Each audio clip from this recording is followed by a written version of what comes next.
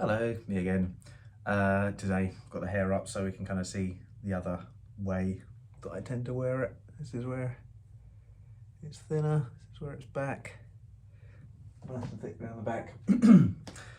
Slightly different camera angle, keep it interesting. It's actually quite a bit better, isn't it? Doesn't that look nice? Anyway, so today I was going to talk about, it's probably a bit shorter, but talk about the trichologist, what happened there, what I know about the process of this particular type of hair transplant and what the other kind is that I know about. There's two types of transplant and there's another kind of treatment that I don't know too much about. I'm going to talk about money as well.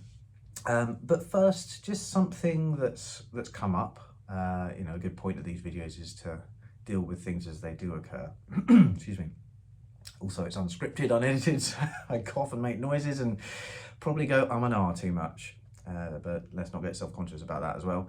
So the thing that came up is I've told some people now, so it's all happened very quickly, but I've told friends and family, colleagues, and some of them have this reaction, which is, oh, why?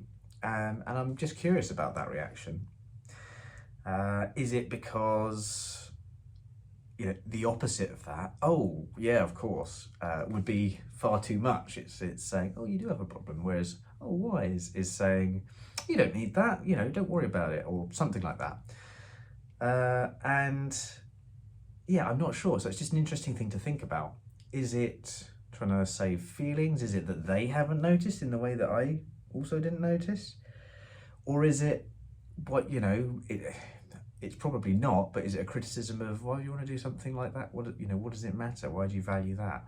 Of course, that's the overthinkers, over warriors line to take, and I don't really think it's that, but it does still make me stop and think, because it does, when someone says why, you have to justify, you have to come up with an answer, or you feel like it, and you can get defensive, or you can get in a lot of detail, or you can be dismissive and indifferent, and all of those present you, force you to present yourself in a different way. You could say, I don't know, thought it was a good idea, and then it's like, oh, you've just been that blasé with money. Or you could say, here's all the tech and science and blah blah. It feels like you're overcompensating for something, or you're trying to convince yourself as much as the person of the reason. And what was the other one? You could say you're really worried about it, but then do you seem weak? And yeah, it's almost like, oh, I have to come up with this good answer. Of course, it's better to just be genuine, but the fact of the matter is I struggled to come to an answer, come to a conclusion, as I said in the last video. So it's an interesting one, and really the answer is, as I said in the previous video, the answer for me is, personally, I don't like regret. I don't like regretting that I didn't do something. I don't want to be 5 years down the line and say, oh, do you know what, I wish I'd looked into this sooner, because it's really not where I want it now. So that feels solid, that's true. I just realised the camera might be at an angle, let's not get distracted. So that's true. The other thing is, I am bold. I like to do things that are surprising to me, that have a big impact. I'm one of these people that think life is like a video game, and it's about collecting lots of different experience points. So I want to try everything. I want, what I like is not finding the perfect set of things to do, but trying new things, experiencing new things, seeing what kind of liberty and freedom I can experience. So hence tattoos, piercings, and I also really like the idea of taking control of your body, taking control of your life, and seeing what you can do. And in the video game metaphor, customizing your character seems fun, and actually I do see it as fun. It would be nice to disconnect from the worrying about what people think side of it as well, and just say, that's interesting. You observe someone's reaction, you're like, oh, that's interesting, rather than, I wonder what that means for me. So those are the reasons for me. That was the things that occurred to me, and that's why I feel solid about the decision. Don't want to regret not doing anything. It doesn't really do harm. Obviously, I'm incredibly fortunate that I have the resources to be able to do this. And why the hell not? I like thinking about how I want to present myself. It's that video game aspect. Not directly, you know, like by video game I mean the mindful awareness, the nihilistic approach, the you might as well do these things because you're not going to be around forever. You know, do you want to be thinking, oh, if only I'd, you know, done this? So that kind of thing. So I was going to talk about trichologists and specifically my visit. So I went to the Surrey Trichology Clinic Centre. I don't know. Perhaps I'll do the YouTuber thing and say, oh, there'll be a link in the description. And I even do the pointy down thing in the doobly doo. I'm far too excited about that. So the visit, as I said last time, was just great. Now, speaking to experts is something I've done with like a physio before when I've had problems, and with a dermatologist. I used to get spots at me, and they too just answered all the questions. I just had a thought, did a bit of research online, had a routine for looking after myself, and they just said, yep, no, try this, here's this, and just every answer answered. Might not be the same for everyone, but yeah, the trichology route seems to be the way to go. So the things there, I guess I'm going to go over the one from the last video, which was, you know, hair is excess protein. If you're in a calorie deficit or you're in a protein deficit, then you can expect to lose more hair than usual. Minoxidil is the one that maximizes what you get out of your existing follicles. Finasteride stops testosterone turning into dihydrotestosterone, DHT, I don't know if I said that right, which is the thing that it does things with your prostate. If you've got inflamed prostate or prostate problems, then it's another drug for that, but also can do the male pattern baldness thing.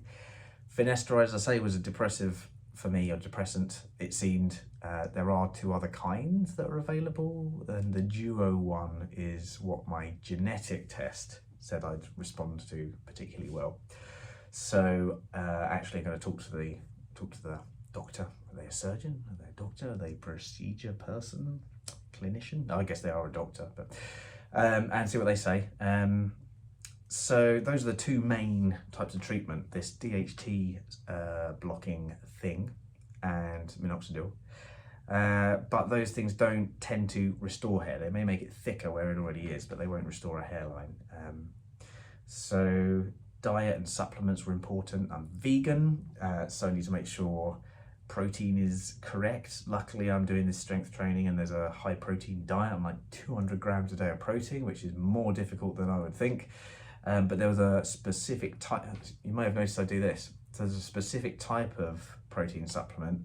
I'll put it in the description because I don't remember, which the trichologist said is, you know, really good for hair growth and also can stop people from doing this kind of obsessive picking.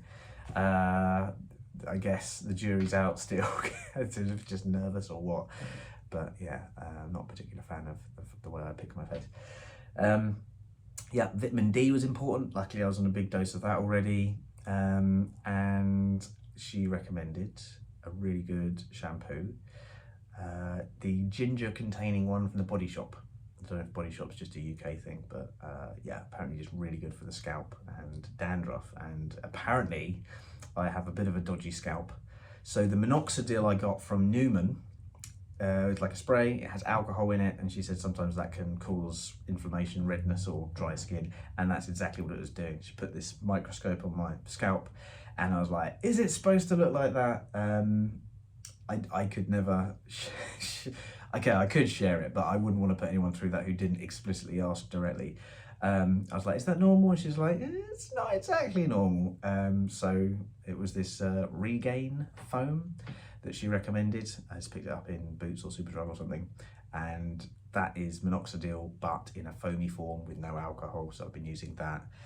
And in fact, my visit to the trichologist on Thursday was a quick check that the clinic in London, London, but the procedure's happening in Manchester, that they suggested just to check that my scalp was looking a bit better. So like, it could have all been cancelled, but luckily it wasn't. So Newman, I guess I wouldn't recommend based on my experience because it's got alcohol in it. Better to get Regain, but better than all those is talk to a trichologist, because they'll be able to talk you through everything and work out what actually works. So the trichology appointment was actually a few £100 because I got the genetic test as well. That involves the swabs and then being sent off and waiting 5 to 6 weeks, and it did take right up to the 6-week mark to get the results. And that said, you know, finasteride is kind of effective. This other one, duo, is much better. It said caffeine won't really do much for you because you can get like caffeine shampoos. It said that minoxidil, I am sensitive to it, so it should be good. And that, an antihistamine, cetrazine, Benadryl, is that it? Cetrazine, one of these antihistamines, might help just with general follicle health. And a whole load of other stuff I didn't understand. So, but I've kind of put that on hold because you're not supposed to use supplements or treatments in the week leading up to the hair transplant. So, yeah, again, couldn't recommend it enough, seeing a trichologist. And to be honest, I Googled trichologist and went from there, and the genetic test appealed. So fortunately, I've got resources to be able to drop a few hundred quid on something like that, which I'm very grateful for. So that's the trichology bit. The treatment. So it's the Farjo Hair Institute in London. There's a Dr. Farjo there, and there's also Dr. Williams. So I had a consult with Dr. Farjo on Zoom. It's like both of them actually seem to be world experts. They deal with celebrities. The bit I liked was the fact that they did, I think it was Dr. Farjo did, Barry from EastEnders, who also every Wednesday down the local park beneath the bowling alley does karaoke every Wednesday. So Barry from EastEnders, what a guy. But also a load of footballers, musicians, and to be honest, reputation was fairly important to me. If I'm going to be doing this thing, which is going to be lasting till the end of my natural life, I personally would rather spend the money on something very reputable, well reviewed, and some experts, so that I won't second guess. If the result isn't quite as I would like it, I don't, beat myself up about it. It's like, well, I, had the best, and they've got this, they call it, it's all under the Farjo umbrella, so you get all this support from them afterwards. There are two main types of treatment in terms of hair transplant. There are some things where blood just gets activated in your scalp to help regrowth or get it getting thicker. I don't really know much about that, but there's I think it's an FUE strip. So there's one where they cut out a strip from the back of your head with hairs in, and then they take the hair out and plop it on, which is good if you don't mind a potential scar on the back of your head, but because I like to wear mine up, it was FUE. I should have looked up what that means, but it's like follicle something extraction, I guess. But that's where, so they'll shave the back and sides, the 2/3 up the head, in a manner that Dr. Williams described as Peaky Blinders, and then like 1.5 centimetres back from the hairline, so they can blend. The day starts at 9 o'clock. Dr. Williams said to stay up late watching films the night before, so I'm super sleepy, and then they give you a sedative. The sedative plus the tiredness will mean probably sleep through most of it anyway, but the only thing you feel throughout the whole thing is apparently some, the anaesthetic injections, so they'll all over the head. And the person I spoke to at the clinic who was describing that first said, there's a little bit of discomfort, but, and I was like, oh, it's okay, I do tattoos and I'm okay with piercings and things like that. She's like, it'll be fine. So sedative, injecty, and then you don't feel a thing at all. And that's what I've seen online, looking at other people's videos and so on. So they'll shave it, they'll ping out the bits at the back, and then I think they make pores, like they put new pores in, new holes, check each follicle individually, there's like 2,200 of them, and you pay per follicle, that's how it's costed, and then plop them in, I guess, and maybe they do something then to bed them, but yes, it starts about 9, and apparently it'll be a long day. Could be 6, 7, 8 before it's finished. So yeah, I'm getting the train up Monday night and then the train back Wednesday morning. I will be working both those days, so hopefully the sedative isn't too intense, or hopefully there's some creativity I need to draw on for my work on Wednesday morning. I don't think so. I think it's a load of meetings. I guess the other thing I want to talk about, so that's what I know. There's various things about, you look scabby and red.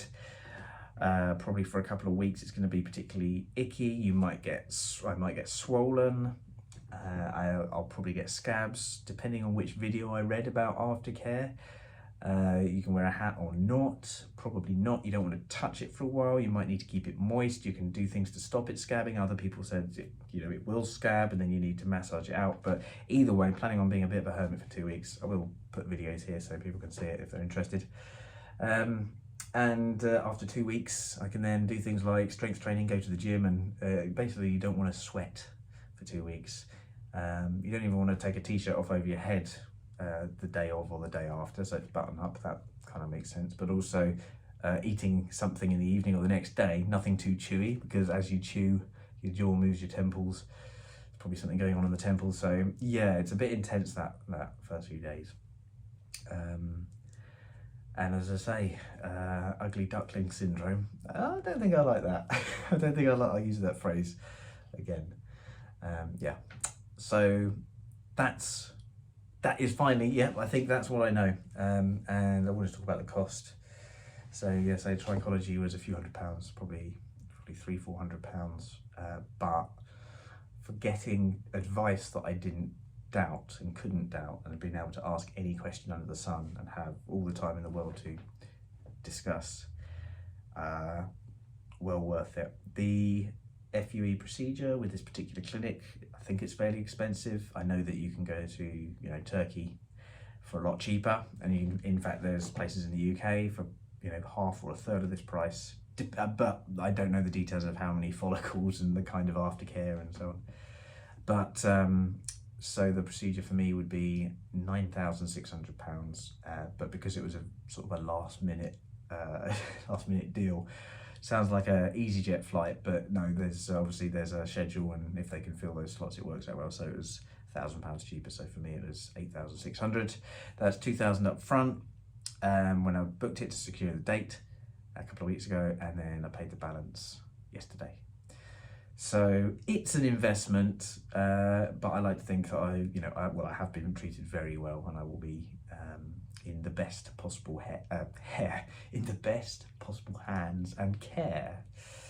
Okay, and I didn't think of a way to get the off the top of my head pun in this video, so I won't force it. I think that's it for today. Tomorrow is Saturday, so tomorrow I'm getting a pre-transplant haircut. I'm going to embrace the Peaky Blindersness, so probably short around the sides and back, short back and sides. It's also known, I want to keep some length on the top because I don't know what I'm going to do yet. I don't know if it would just be, a few inches to be able to do that uppy thing, or maybe long enough to tie still, so shaved and then tie. Heard back from the doctor, so the Dr. Williams, this world famous hair doctor, just gave me his number and said text me if you've got any questions, and he just answered me on a Friday night, so that was good. That's reassuring. So he said do what you think, talk to the hairdresser, see what they recommend, but there's no real restrictions. So yeah, that'll be interesting. I have no idea how it's going to go. We'll talk to the stylist tomorrow. I might even do a quick before and after. Thanks for listening to me ramble, and we'll see what happens. I'll see you later. Have a good weekend.